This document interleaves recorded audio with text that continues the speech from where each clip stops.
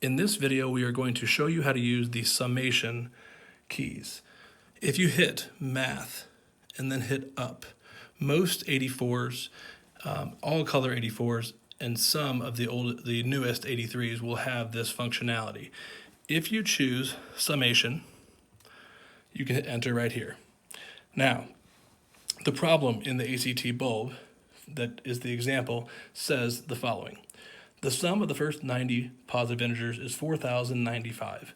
Which of the following is the sum of the first 180 positive integers? You'll notice there's 4 blanks here, 2 on the bottom, 1 on the top, and 1 on the right-hand side. What you do is first enter x, which is right here. And then you want your starting value, which is 1, and hit up, and you want to put your ending value, 180. So what this problem's saying is for all values of x from 1 to 180, please add up x.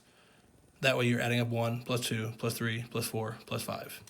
And when you do that, it quickly sums it up, and you get 16,290 as your answer. Just to illustrate how to use this a little further and clarify it, what if they had asked instead, what is the sum of the first 50 perfect squares?